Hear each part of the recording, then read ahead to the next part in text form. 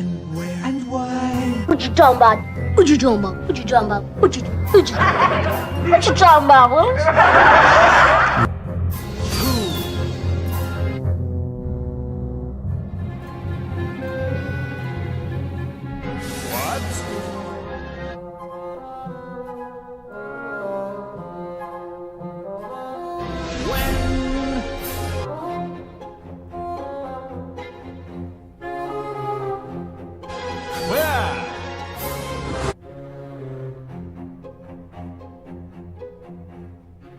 And why?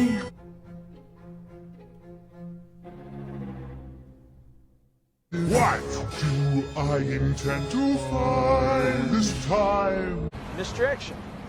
What the eyes see and the ears hear, the mind believes.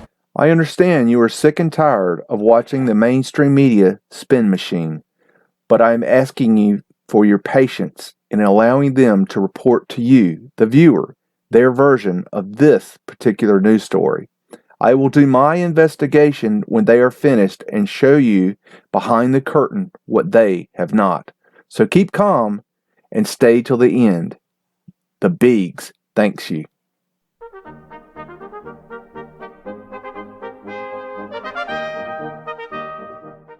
In Raleigh, demonstrators took a different approach. During our 6 o'clock newscast, a group put up a new plaque honoring George Floyd on a Confederate monument.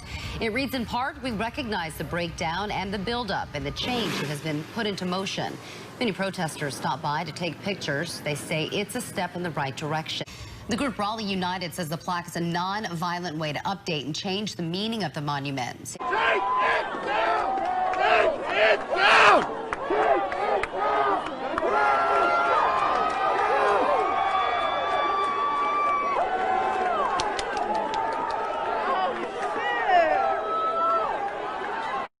One, two, three, four.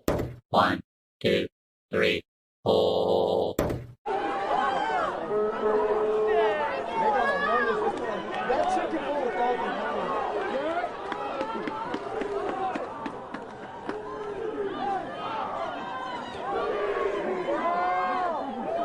One, two, three, four.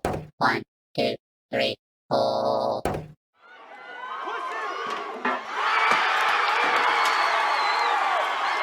One, two, three, four. 1, 2, 3, 4.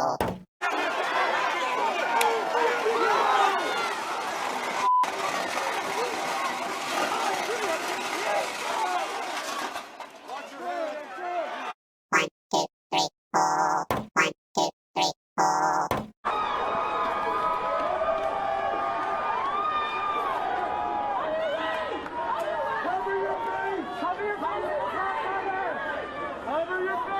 Cover your face!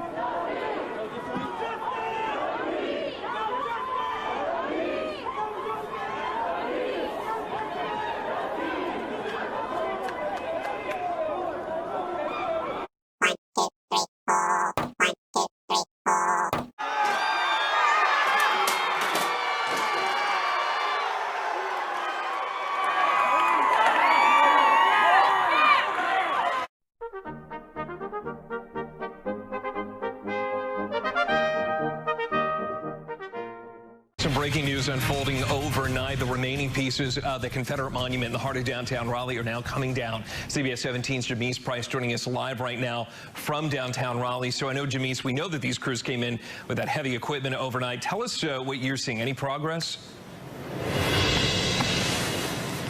Bill, not a lot of progress since we last checked in with you guys, but I do want to take you to a live picture of exactly what's happening here just on Hillsborough and Salisbury. So we have those cranes in here, and we saw as crews came in to strap in this last piece of this monument to get it out of here. So we've been watching this very closely. A lot of crews here also just looking at this as well, trying to do this the right way, because this is a very tedious process. They want to get it right. Plus, this last piece is extremely heavy, so it appears they're trying to do it right the first time and not to make any mistakes along the way.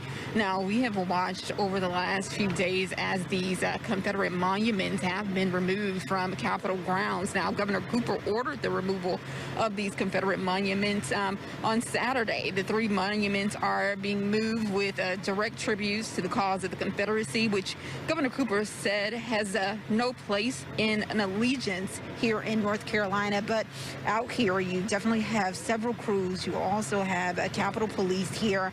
I've actually seen a bystander just watching this process. A lot of folks just watching too, because this is a piece of history and watching this history unfold. So we're going to continue to monitor this situation and bring you the very latest and all the updates that's happening out here at Salisbury and Hillsborough.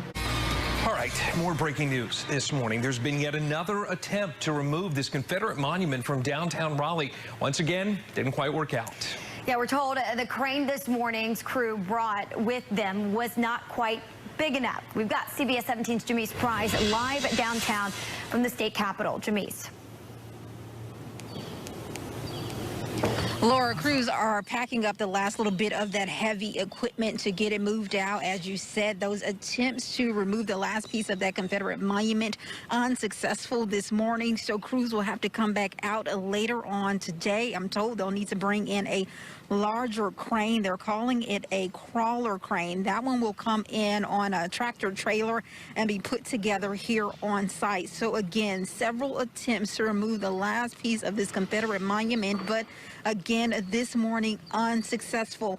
There was also a crew here prepared to haul off this piece of the monument once it was removed, but that wasn't the case. So they have also left. They told me they'll be back here on Capitol grounds about 9 o'clock this morning. So we saw them attempting to remove this last piece of the monument, seeing the crew members just strap up several straps around it, trying to pull it up, but that was not the case. Apparently, it just wasn't large enough, so they're going to take additional steps to get that larger piece of equipment in here and get the last piece of the monument removed. So we'll be back here again watching this unfold, as we have been for several days now. But at this time, those crews down here are trying to figure out exactly what to do with that 75-foot piece of granite that is still standing. Now, following Governor Cooper's order on Saturday to remove those monuments, they were able to remove 3 statues from the grounds. Around 7 a.m., there was some brief excitement as 3 contractors fired up the crane, and it appeared that they were going to make a second attempt to remove the monument, but instead, they loaded their equipment and were quickly gone. Another crew used a cherry picker to remove the ropes from around the base of the monument around 8:30 this morning. But despite Governor Cooper's decision that the monument is a public hazard, nothing has been done to it since. After the events of the last 2 days, that caught people like Laura Thrower off guard.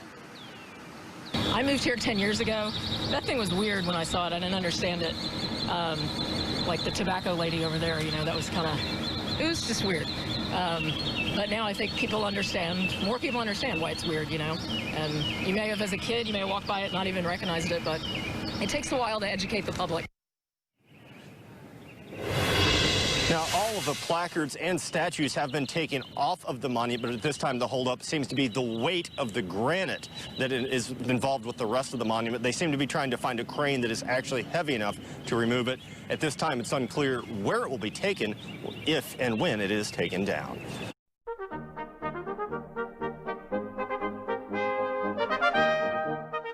Breaking news as well from Raleigh. The remaining pieces of a Confederate monument on state capitol grounds gone. Yeah, crews had worked overnight to lift the pillar and the base of the monument. It took several hours for them to do so, hauling pieces away on a truck. The monument has been, or this moment, I should say, has been days in the making. The governor called for the statue's removal this past weekend. Over the past few days, crews really didn't appear to have a lot of luck. They didn't have the right equipment to come in and finish the job. But overnight, they brought in a big crane, big enough to get the job done. Good morning, John. While you were sleeping, that statue, 75 feet, coming down here in downtown Raleigh off of Capitol grounds. Take a look. We want to show you the way it looks right now. The only thing left is the base of that statue. Crews have left this area as well, but take a look at what it looked like overnight. Crews worked to remove that statue yesterday night into this morning. That very large crane removing the monument piece by piece and placing them onto a flatbed to be hauled away into storage. crews started this process to remove the monument on Sunday, that first crane wasn't big enough, and the waiting game began. Yesterday, trying to lift the monument with another crane. When that didn't work, they hauled in this final crane to get the job done.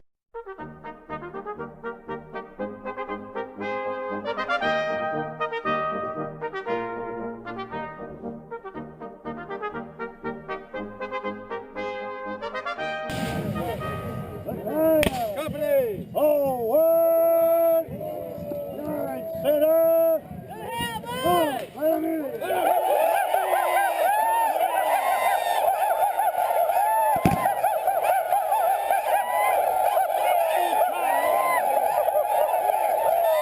CBS 17's Colleen Quigley is digging deeper to find out how much it cost to finish what protesters started last Friday night. Colleen.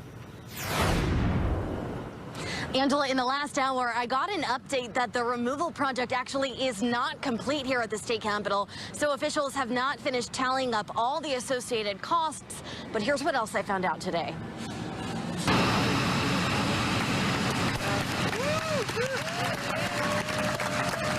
It took crews several days to remove this Confederate monument at the state capitol. Now viewers reached out to CBS 17 asking how much it cost to take down the 75-foot pillar with an estimated weight up to 26,000 pounds.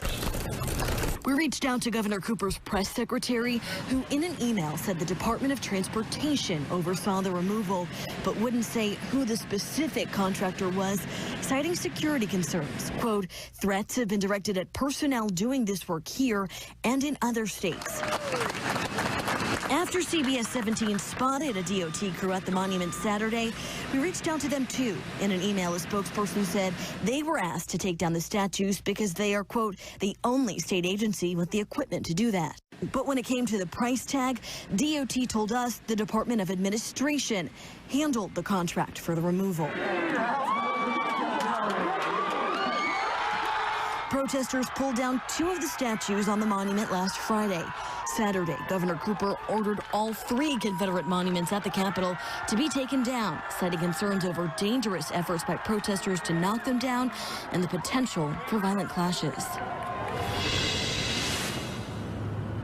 Now, again, within the last hour, I did hear from the Department of Administration. They tell me the project's not done. They don't have the total yet. And as soon as I get that information, you know I will pass it along to all of you on our news app. Meantime, as for the monuments, they're being stored in a secure facility. That's what I'm told. And as for their final location, the Historical Commission will have to sign off on that. Reporting live in Raleigh, Colleen Quigley, CBS 17 News.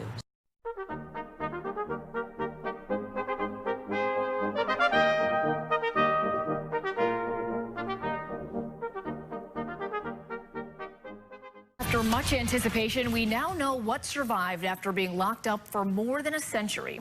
While dismantling the base of a Confederate monument in downtown Raleigh, crews discovered a time capsule, but the years that followed 1894 were not too kind to its contents.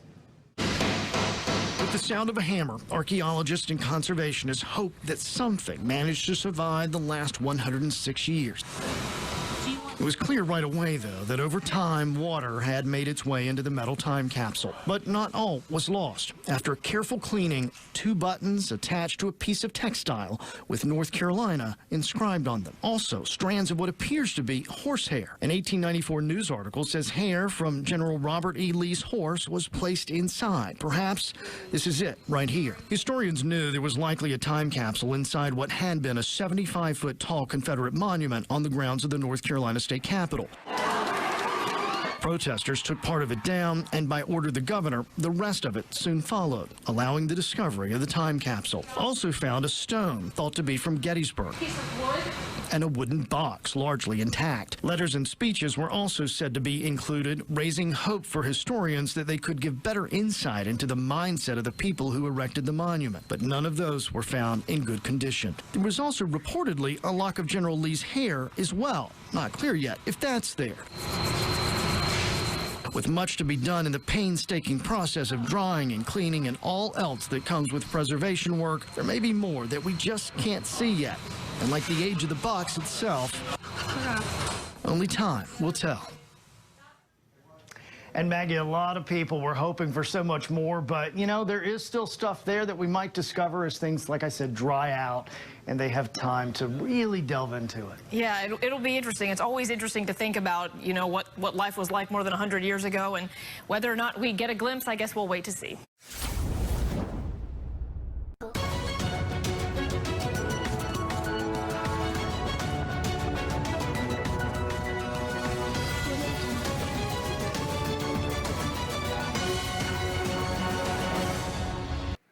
What we have here is the Confederate Monument at the State Capitol building in Raleigh, North Carolina. It was dedicated on May 20th, 1895, and the sculptor was Leopold von Miller II. The builder was the Moulin Monument Company. Now, the Moulin Monument Company is known to have erected 9/10 of the Confederate monuments in the United States. The monuments cost between $5,000 to $30,000 each. What else we got here? The monument is 75 foot tall. It weighs approximately 8,500 pounds, but I believe that is only the obelisk portion of the monument. It weighs more than that, I believe. There's not clear data on that. Okay, it was dedicated to the fallen Confederate soldiers. The top column is a statue depicting a Confederate artillery soldier holding a gun. Near the bottom of the column stood two statues, one representing the Confederate infantry and the other a Confederate cavalryman. Two 32-pound naval cannons were on each side of the monument. In 1892, state legislators endorsed the goal of building a Confederate monument in Capitol Square. Secretary of State Octavius Koch held a meeting of both members of the Ladies Memorial Association and the North Carolina Monumental Association in June of 1892 to launch a campaign to erect a memorial to the deceased Confederate soldiers from North Carolina. Let's see. The initial model for the statue was to be Confederate hero Henry L. Wyatt. The sculptor Von Miller used W.R. Dix, who was a living Confederate veteran, as inspiration for the statue. It was they used Mount Airy granite, and the statues are bronze. The monument cost $22,000 to build. It was dedicated on May 20th, 1895, unveiled by Julia Jackson Christian, granddaughter of Stonewall Jackson. When the monument was first proposed, populist and Republican legislators objected to any public funding of the monument on the grounds that public education, rather than sectional pride, was the pressing need. In addition, monument opponents protested against the special tax fund that would be used to subsidize the monument's cost. In 1893, the legislature appropriated $10,000 to build the monument in honor of deceased Confederate soldiers in Capitol Square area.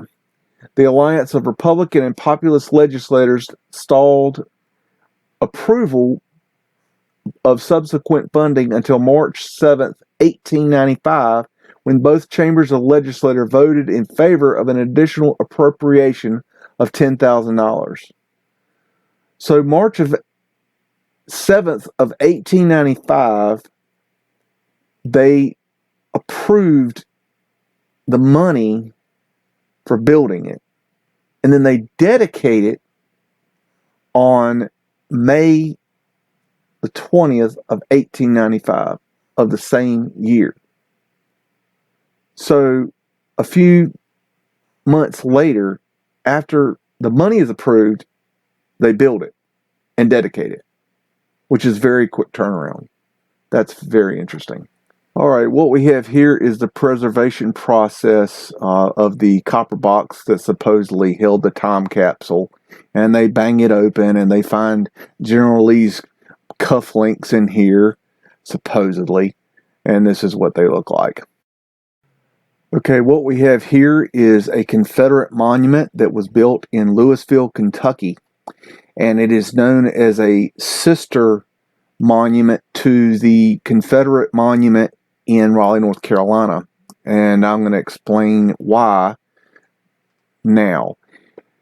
In June of 1887, the Women's Confederate Monument Association was organized with the intent of building a Confederate monument in Louisville with a budget of $12,000. The association was able to raise $10,200, and it continued holding fundraisers after the monument was installed to pay off the balance. In today's dollars, that roughly means the group raised about $275,000 of its $325,000 goal by the time the monument was completed. A competition was held for the Confederate Monument's design, and more than 20 plans were submitted. The Women's Association had selected a group of architects to vote on the best design, scrubbed of any identifying information on the designer. After a vote, a design by Louisville sculptor Enid Yandel was selected unanimously by a committee. The monument is to have a base of 42 feet in diameter and it to be 75 feet high, same as Raleigh. A September 20th, 1894 Courier Journal report read, "The base is to be built of Bowling Green white limestone, the pedestal of North Carolina gray granite, and the column of red Queenie granite, which will support a bronze figure of Fame holding a wreath in one hand and a Confederate flag in the other. At the base of the monument there will be 5 bronze candelabra, each 15 feet high." Wow. The column would be wrapped at 2 points in bronze banding and be topped with a Corinthian capital. Enid Yandel won the Confederate Monument Design Competition when she was only 24 years old, a remarkable achievement in a field dominated by men of the 19th century. In 1891, 2 years after graduating with the first prize medal from the Cincinnati Art Academy, Yandel was working on her first professional commission, a series of canartids, not sure what that is, for the famed World's Columbian Exposition in Chicago. According to the Filson Historical Society, the Filson commissioned a statue of Daniel Boone to be displayed outside Kentucky's pavilion at the Columbian Exposition, earning Yandel several ribbons from fair judges. The statue would be later bronzed in 1906 and placed in Cherokee Park. By 1898, she was achieving great fame and was the first female inducted into the National Sculpture Society. But Yandel's monument was never built. A faction within the Women's Confederate Monument Association turned on Yandel and her design. They claimed that her gender and young age made her unqualified to design such a monument in the first place. In an attempt to ease tensions around the design, the association's executive committee asked 3 leading architects for their opinions of the competition designs, and Yandel's column was again picked at best. But critics could not be silenced. At a heated meeting of the Women's Association on October 1st, 1894, a membership remained bitterly divided over the design of Yandel's qualifications as a sculptor. Cries of "We want a soldier" on the monument filled the meeting room.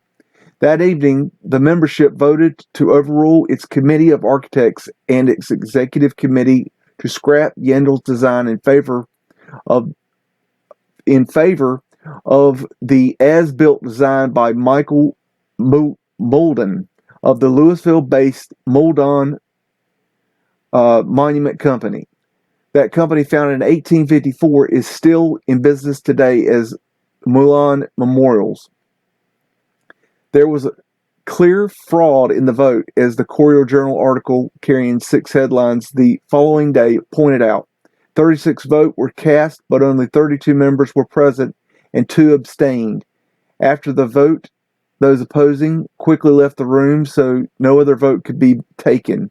The incident represented something of a scandal within society circle. By the following Friday, the association had apparently come to terms with the coup, and another much calmer vote made the decision to scrap Yandel's final design. The book Visual Art and the Urban Evolution of the New South contradicts this Courier-Journal account, stating that Yandel's material choices, namely the limestone proposed for its base, were rejected by a board of architects, that the unaccounted for women in the association's vote had simply left early, and that Yandel eventually withdrew her design following the controversy. Muldoon was prepared to step up with his alternative monument design because it was a nearly identical copy to another Confederate monument his company was building at the State House in Raleigh, North Carolina, complete with the statues of Raleigh. Complete with statues of Raleigh, North Carolina soldiers. Moulin's Raleigh design was selected in a bidding process nearly 6 months before the identical design was voted on in Louisville, and Raleigh reportedly paid $25,000 for their version, while Louisville's budget was $12,000, perhaps indicating a hometown discount that a second casting was much cheaper than the original statues. Raleigh's monument opened in May 1895, slightly before Louisville's opened later that summer at the end of June. Adorning Raleigh's monument are 3 figures sculpted and cast by Munich-based Leopold von Miller II, the same 3 statues cut and pasted onto the Louisville version. The stonework on the 2 obelisks themselves varies slightly, likely a reflection of the overall price tag and the result of local variation. Over the years, however, Raleigh has clearly better maintained this monument, as is clearly seen in comparison to the 2 obelisks. The Moulin Monument Company, of course, made monuments as a business, and a walk through Cay Hill Cemetery will easily show off a good selection of their best works.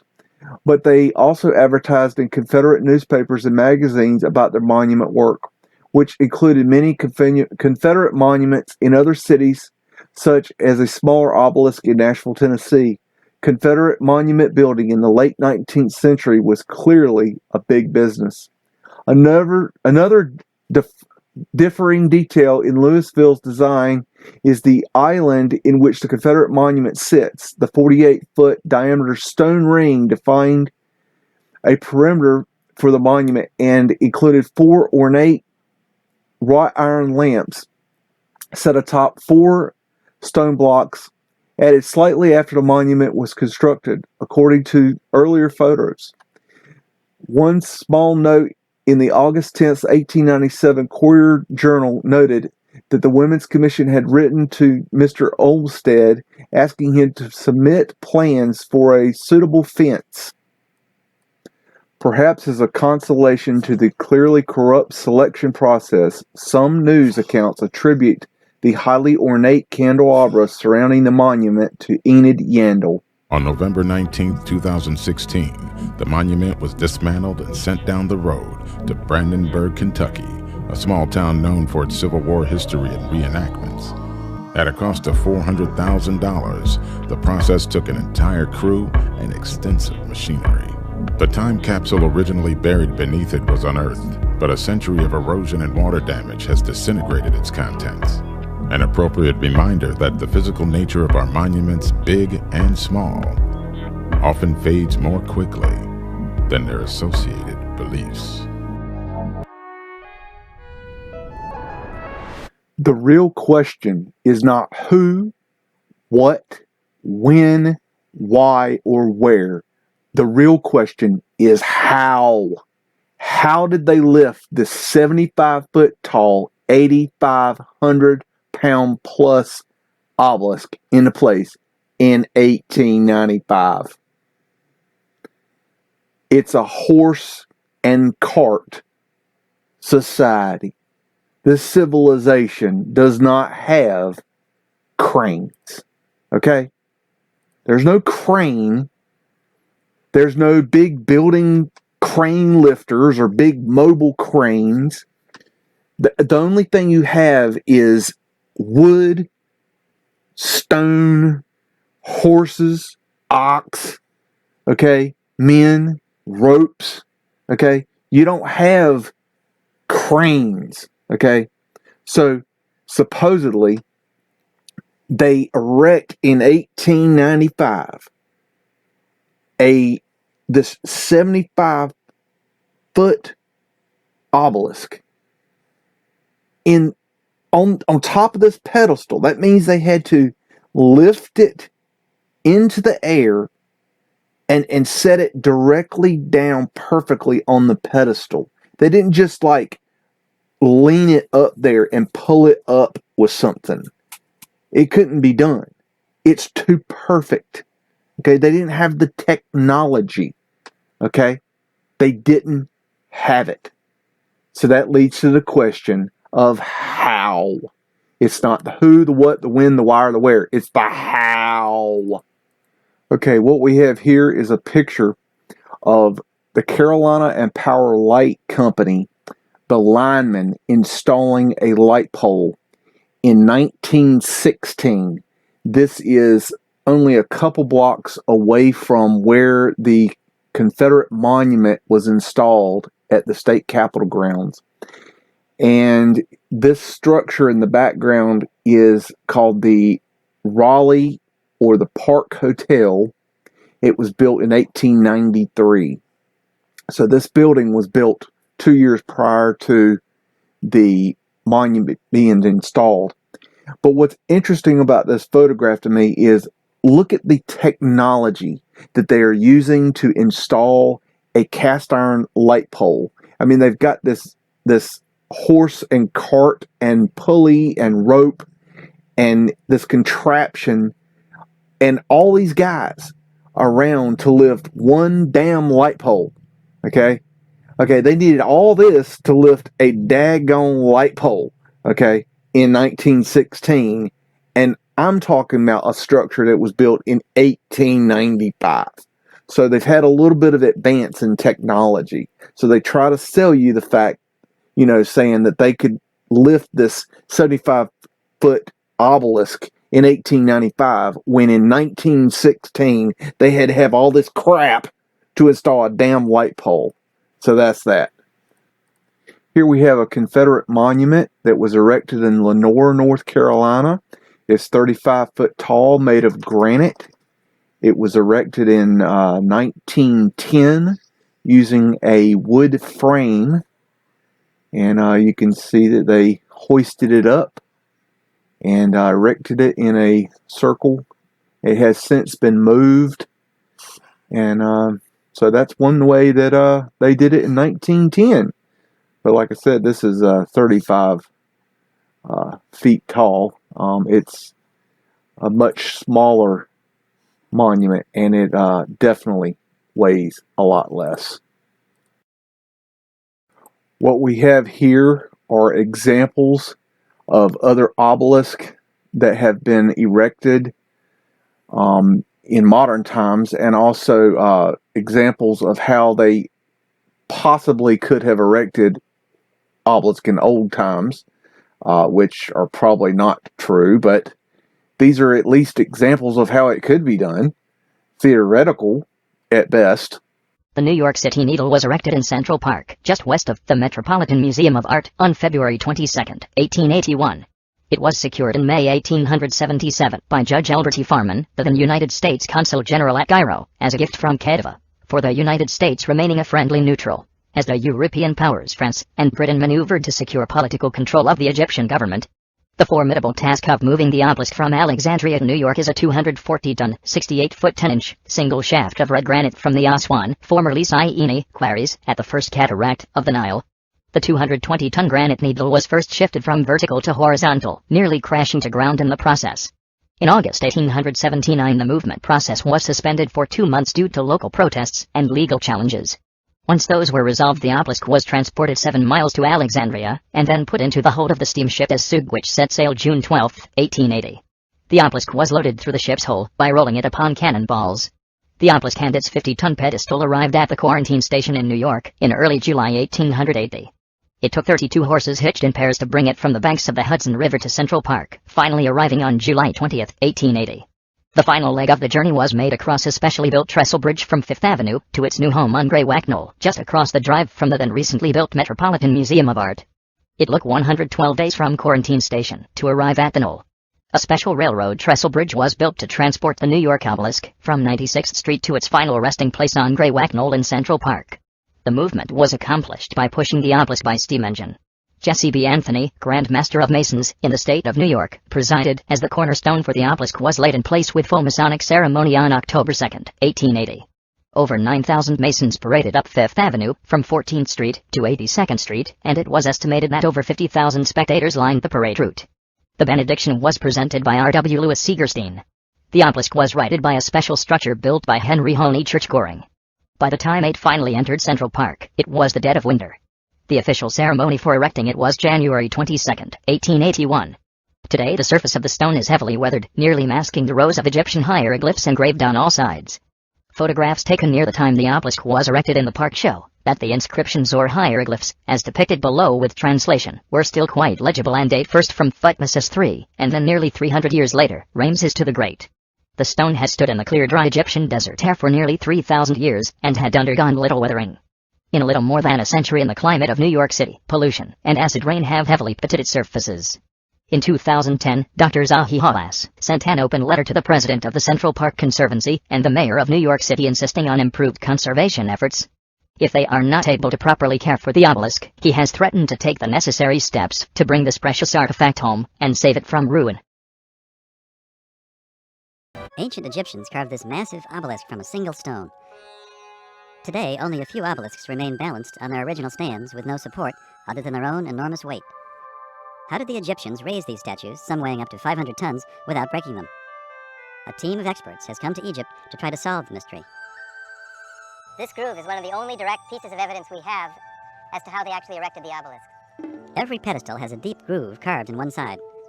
Without this groove, the obelisk might slide across its base, but the groove acts as a brake, and it helps keep the obelisk from slipping while it's pulled to a standing position. The challenge is getting one edge of an obelisk lowered safely into the turning groove. Mark Whitby is a British engineer. He has devised a way to lower this 30-ton obelisk into its turning groove 12 feet below. Our goal with this method is to get the obelisk into as steep an angle as possible. You know, as an engineer, it means we've actually planned the process. We've done lots of calculations. We've calculated dimensions, we've calculated weights, we're calculating how the weights move as the obelisk rotates. As the ropes are pulled, a large log secured below the obelisk is supposed to rotate right up to the edge of the platform, ensuring that the obelisk is lowered precisely into the turning groove on the pedestal below. But as the obelisk is pulled forward, it jerks dangerously and creates a problem that Mark did not anticipate. The giant log has slipped closer to the edge than it was designed to go. What's happened is actually the log, as they pull, has walked forward. The design is on the basis that as it rotates, it actually comes to an edge. We're now so near the edge that as it rotates, it may come off the edge. And that's not nice. With the log so close to the edge, it is possible that the whole obelisk will come crashing down. Mark decides that the situation is too dangerous to continue. Well, right now I feel gutted personally and for the whole team. I think we all made a critical mistake, not just Mark. We wondered what was the most complicated technology they had. Mark has done a lot of calculations, and of course we know that the Egyptians had mathematics, they had fractions, they calculated slopes by rise and run, but they probably didn't use the calculations that Mark has used in order to design this system of raising an obelisk. The Egyptians would have approached it more by experience. 6,000 miles from Egypt at a granite quarry in Massachusetts, American sculptor Rick Brown tries a different method. Okay, let's point this thing to the sky. His design relies on sand, a material the Egyptians had in abundance. The main force at work is gravity. As the sand is cleared away, the obelisk sinks under its own weight.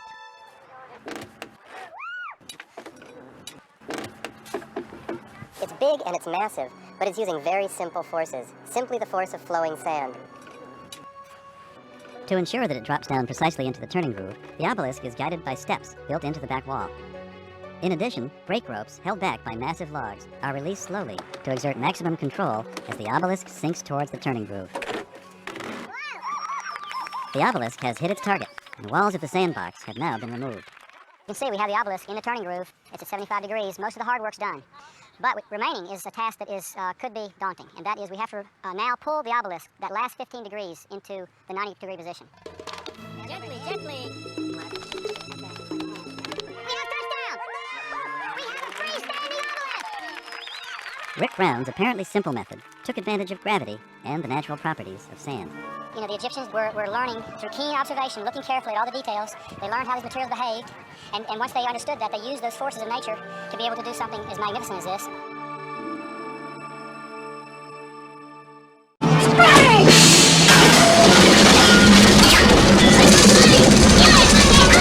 Stone will break. There are 2,000 slaves on the ropes.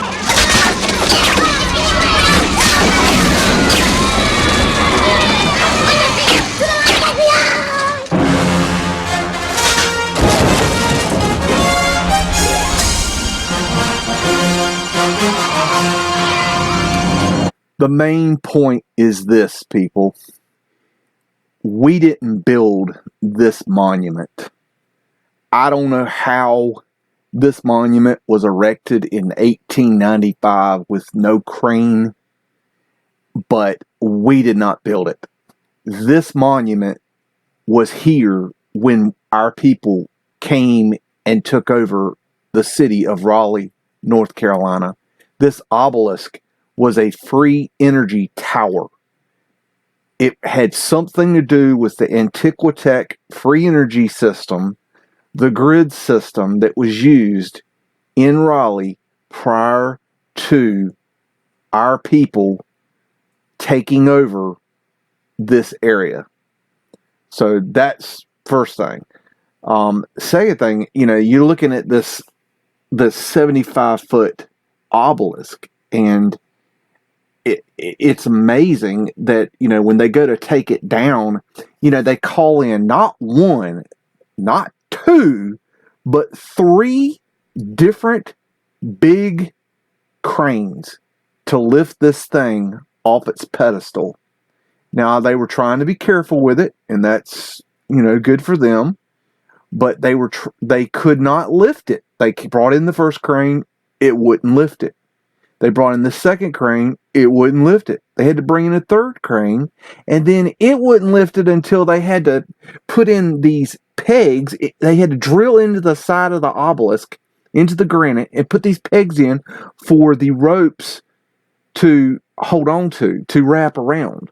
So they had to secure the ropes to the obelisk. They couldn't just lift it. So that's important. That means that back in 1895, if we did erect it and we didn't have a crane, I mean, you know, they didn't have holes in the side, okay?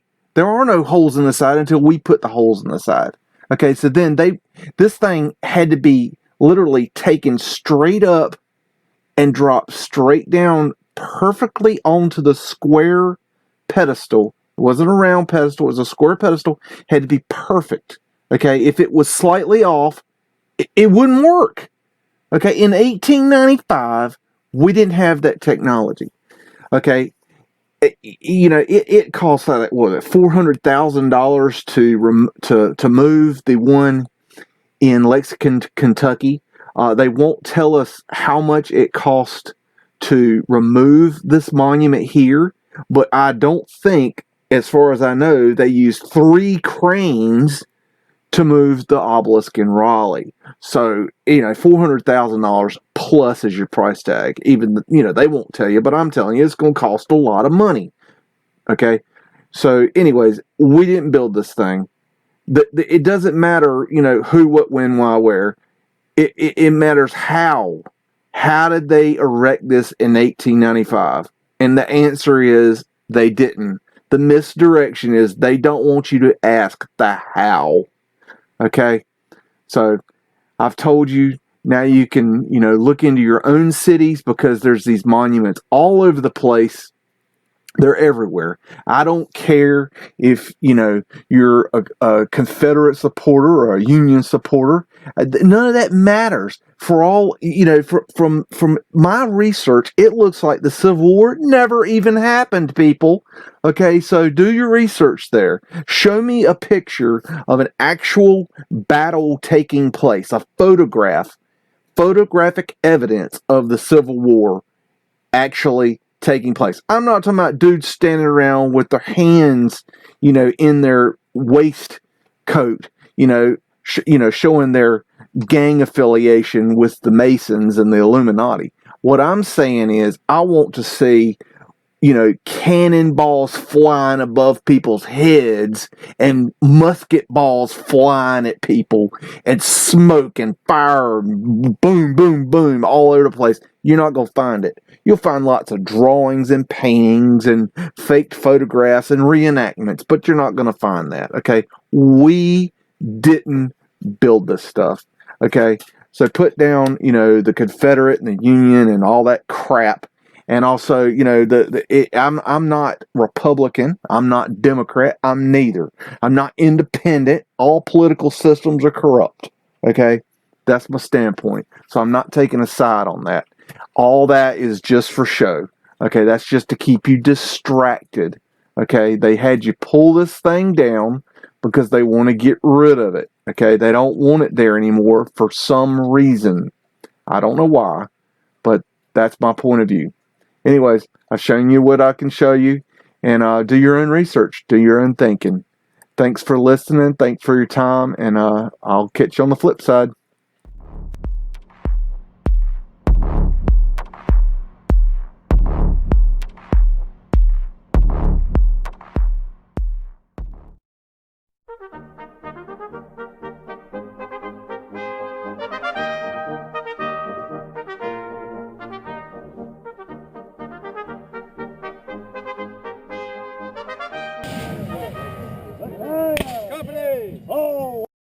This is my kung fu, and it is strong.